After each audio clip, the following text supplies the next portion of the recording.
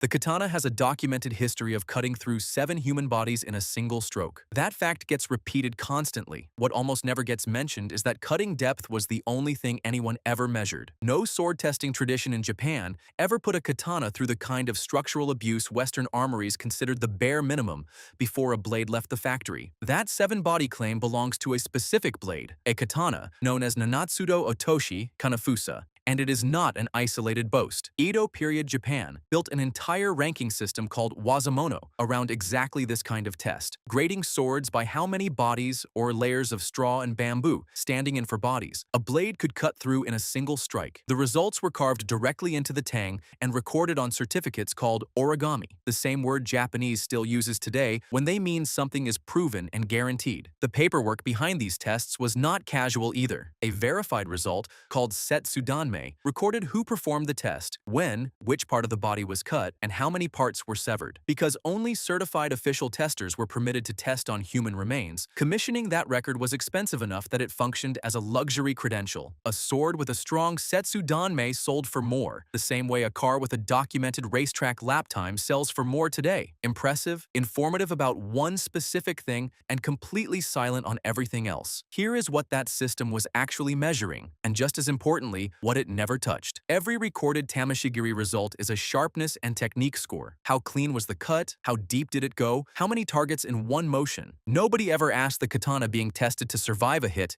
It did not deliver itself. The entire proofing culture around this sword evaluated offense exclusively and never once evaluated defense. The setup behind these tests reveals how specialized the whole exercise was. Bodies or straw bundles were stacked on a raised sand mound called a doden, secured with bamboo fixtures, and cut by an official tester whose services were expensive enough that only wealthy sword owners could commission a certified result. Swordsmiths would travel to watch their own blades tested, dressed for the occasion, because a successful cut brought status and a failed one brought public embarrassment. This was quality control built entirely around a single performance metric. Now look at what an entirely separate sword tradition was doing with the exact same category of object, a blade meant to be trusted with someone's life. British and American military ordnance in the 19th century developed proof testing procedures that had nothing to do with cutting anything. An 1862 U.S. Army Ordnance Manual describes the standard proof for a sword blade in explicit detail. Confine the point, bend the blade over a cylindrical block of a specified diameter, strike it twice on each flat side against an oak block, strike it on the edge and the back across a second oak block,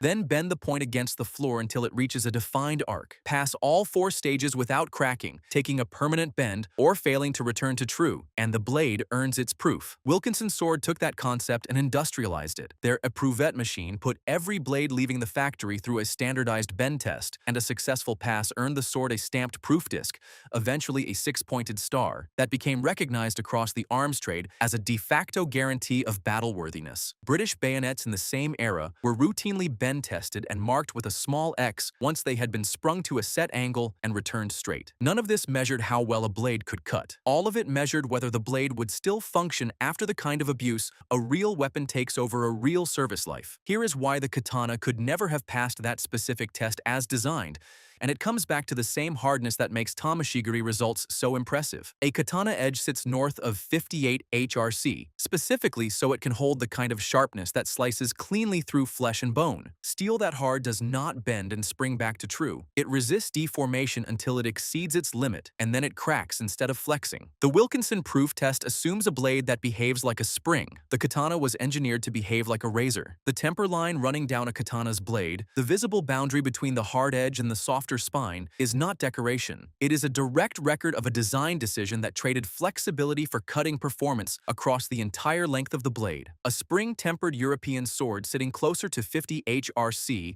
absorbs a bend and returns to shape, because uniform, moderate hardness is what makes that recovery possible. The katana's differential hardening solved a different problem entirely, and solving that problem meant giving up the structural behavior the éprouvette machine was built to verify. There is a fair objection here. Japanese sword culture was was not blind to structural quality. Skilled polishers, called togishi, could spot flaws in a blade during finishing, and reputation among smiths served as a filtering mechanism of its own. But inspection by eye and reputation is not the same thing as a repeatable mechanical proof applied identically to every blade regardless of who made it. One relies on trust in an individual craftsman. The other removes trust from the equation entirely and replaces it with a machine and a fixed number. There is a cultural reason this gap exists, and it is not that Japanese swordsmiths were less skilled. Industrial proof testing emerged in Britain specifically because armories were mass-producing standardized blades for large conscript armies and needed a repeatable, quantifiable way to guarantee minimum quality across thousands of units made by dozens of different smiths and factories. Traditional Japanese sword production never operated at that scale or under that kind of centralized procurement pressure. A katana was typically made, tested,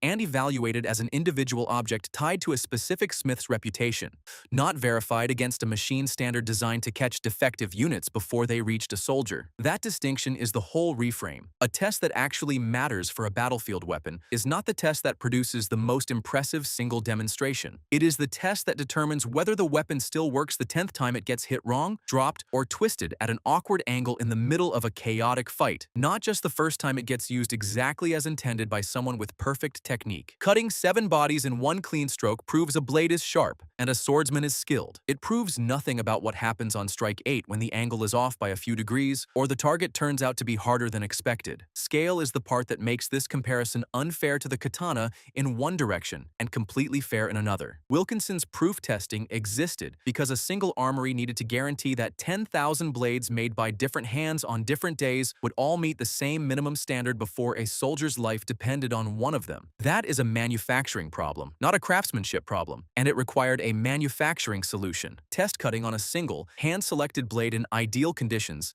answers a completely different question than certifying an entire production run before it ships. This gap has not closed with time either. Modern test cutting culture, the videos that rack up millions of views today, still measures almost exclusively how cleanly a blade cuts a rolled mat or a stack of bamboo. Structural proof testing, the kind that bends a blade to a fixed angle and checks it returns to true, remains a niche practice mostly confined to collectors comparing production quality on cheap reproductions. The metric that made the katana famous in the 17th century is still the metric that makes it famous on a phone screen today. Wilkinson's proof disc spread across the arms trade precisely because buyers eventually cared more about that second question than the first. A sword that could not guarantee it would survive ordinary abuse was a liability no matter how beautifully it cut under ideal conditions, and armories that adopted standardized bend testing were explicitly optimizing for reliability at scale over peak performance in a single demonstration.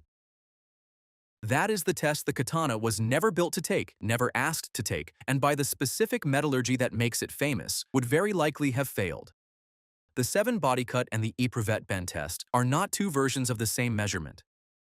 They are two different definitions of what makes a sword good, and only one of them was ever designed to answer the question an army actually needs answered before it hands a blade to 10,000 soldiers.